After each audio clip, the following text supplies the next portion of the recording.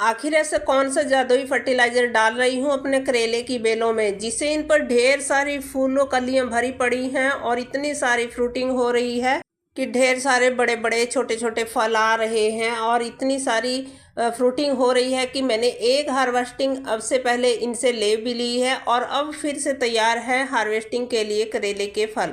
तो आप देख रहे हो छोटे बड़े कितने सारे इस पर फल सेट हो रहे हैं, बन रहे हैं, तैयार भी हैं कुछ तोड़ने को, और ढेर सारी छोटी छोटी फूल कलियां भी, और बेल की भी आप ग्रोथ देख सकते हो और उसके साथ साथ इस पर जो इतनी सारी ग्रीनरी है उसे भी आप देख सकते हो। तो इसके लिए मैं क्या कर रही हूँ, क्या डाल रही हूँ इनके अंदर जिससे मुझे इतनी फ्रूटिंग मिल रही है और इतने अच्छे रिजल्ट आप भी पा सकते हैं इस चीज़ को डालकर। तो चलिए आज की इस वीडियो में शेयर कर रही हूँ, दिखा रही हूँ कि कैसे और क्या डालना है जिससे आप भी अपने पौधों पर इतने सारे मेरी तरह ये करेले के बेलों पर करेले पा सकते हो। और ये मैंने जो बेलें आप देख रहे हो ना, इतनी घनी घनी है और इतनी सारी हैं, ये बेलें लगा रखी हैं सिर्फ फ्रूट क्रेट में। और आप देखते ही हो, मैंने पिछले साल भी मेरी वीडियोस में आप देख सकते हो जा करके, पुरानी वीडियोस पिछले साल वाली मैंने यहीं पर लगाई थी फ्रूट क्रेट में ही, और ढेर सारे फल यहाँ से करेले के हार्वेस्ट फ्रूटिंग हुई थी। और अब की बार फिर से मैंने यहाँ पर लगा रखे हैं फ्रूट क्रेट में, सिर्फ एक ग्रो बैग में है एक करेले का जो बेल है, और बाकी की जो भी हैं तो इन फ्रूट क्रेट में ही हैं। और इनमें आप मिट्टी भी देख सकते हो। उसके लिए हमें मिट्टी, अगर शुरुआत में मिट्टी अच्छी बना ली जाए तो उससे हमारी बेलें अच्छी ग्रोथ करती हैं और उसके लिए बेलों पर ग्रीनरी भी बनी रहती है जो जो चीज़ें हम उसमें डालते हैं।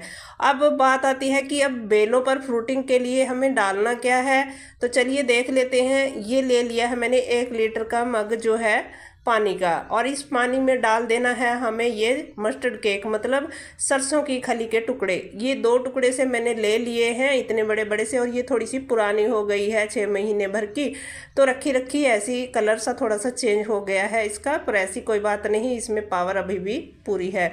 तो आप इस तरीके के इसे फोड़कर कुटकर भी डाल सकते हो या ऐसे भी इसको पानी में भिगोकर रख सकते हो। तो 1 लीटर मैंने पानी में ये 2 टुकड़े से इतने डाल दिए हैं अंदाजन। और अगर आप इसे फोड़कर डालना चाहे तो भी डाल सकते हो, नहीं तो ये अपने आप ही देख लीजिए पानी में ऐसे घुल भी जाती है। और जब पानी में ये 1 रात के लिए पड़ी रहेगी या 24-48 घंटे के लिए आप इसे छोड़ सकते हो, तो इस तरीके से ये सॉफ्ट हो जाती है। और मसल कर इसे फिर देखिए आप इसमें पानी में अच्छे से मिला लीजिए, तो देखिए कितना काले कलर का पानी हो गया है हमारा, जो है इसका रंग चेंज हो गया है पानी का। तो अब हमें इसे छान लेना है, ऐसे ही पौधों में नहीं डालना है, छान के हमें इसे देना है। और कितने पानी में डाल देना है, देखिए 1 लीटर का ये पानी का मग है जिसमें हमने ये 2 टुकड़े, इतनी सी कल भिगोकर मैंने रख दी थी ताकि मैं आप लोगों को दिखा सकूं। तो अब हमें इसे छान लेना है। तो छान लेने के बाद देखिए ये जो बचता है, या तो आप इसे अपनी मिट्टी में जो बना रहे हैं पौधों के लिए उसमें डाल लीजिए, या इसमें दोबारा पानी डालकर रख दीजिए, फिर दोबारा इसी तरीके से आप पौधों के लिए बनाकर दे सकते हैं। और बेल वाली सारी ही सब्जियों में आप इसको दे सकते हैं। तो ये 20 लीटर की बाल्टी है पानी की, और इसमें देख लीजिए आप थोड़ा कम है पानी।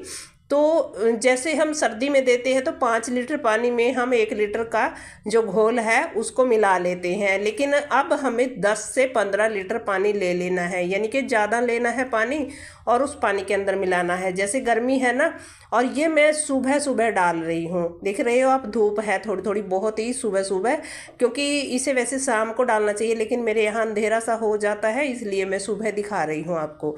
और आपको ऐसी बिल्कुल सूखी मिट्टी में इसको नहीं डालना है, देखिए गर्म होती है, पौधों की जड़ों में नुकसान पहुंचा सकती है, इसलिए आपको सूखी मिट्टी में इसको नहीं डालना, थोड़ी सी मिट्टी में नमी होनी चाहिए जैसे इसके अंदर है।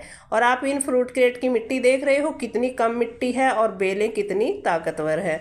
तो भाई बस इसको हमें डाल देना है, मैंने थोड़ा सा डाल के दिखाया है आपको, वैसे मैं शाम को डालूंगी क्योंकि अभी धूप चढ़ रही है।